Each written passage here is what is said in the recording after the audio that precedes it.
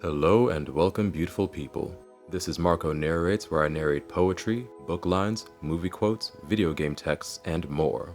Today I'm back as Marco the Mage for our second reading of one of the many books of the Elder Scrolls. This one comes as a suggestion from one of my subscribers, Daily Seftus, who left a comment on my previous Elder Scrolls video putting forward the Aetherium Wars or the real Baron Zaya for the next video. Now I was immediately torn between these two because the real Baron Zaya books are, to me, some of the more interesting in-game texts because of their juxtaposition to the biography of Baron Zaya's series. A subtle but strong bit of world building, adding some realism by presenting differing accounts of characters and events to the player and leaving it up to us to make what we will of them.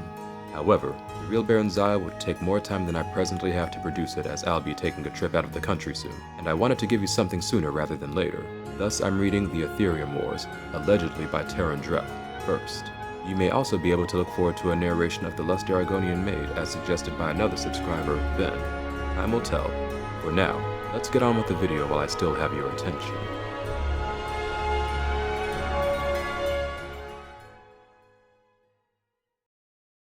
The end, when it came, was swift.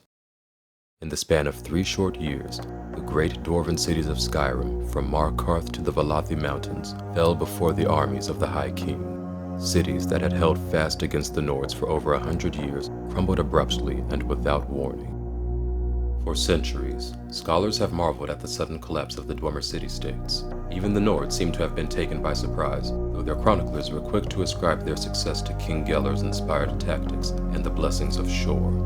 My research suggests a much different cause, however. In the decades preceding their fall, the dwarven cities of Skyrim had been decimated by internal disputes and infighting over a most surprising cause: Aetherium. Modern scholars know Aetherium as a rare, luminescent blue crystal found in some Dwemer ruins. Most consider it little more than a curiosity, as it has proven all but impossible to work with. While it has a strong magical aura, it is alchemically inert, and no known process can enchant, smelt, mold, bind, or break it. To the dwarves, of course, such problems were merely a challenge. In the years following King Harald's reign, the Dwemer discovered a considerable source of Aetherium in their deepest delvings. An alliance of 4 cities, led by Arkinthams, the great research center in the Southern Reach, was formed to oversee its extraction, processing, and study, and a new Aetherium forge constructed to smelt it under precisely controlled conditions.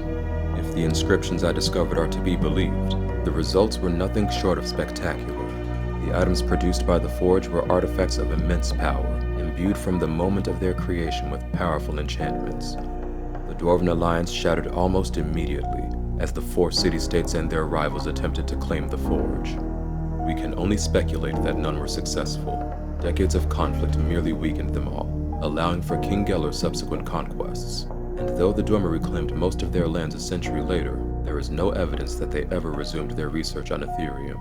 Perhaps the costs had just been too great. But nothing like the Aetherium forge described in the inscriptions has ever been found within the borders of Skyrim. It may have been destroyed long ago by the Nord invaders, or the Dwemer themselves, or perhaps it, like the secrets of Aetherium itself, still remains to be discovered.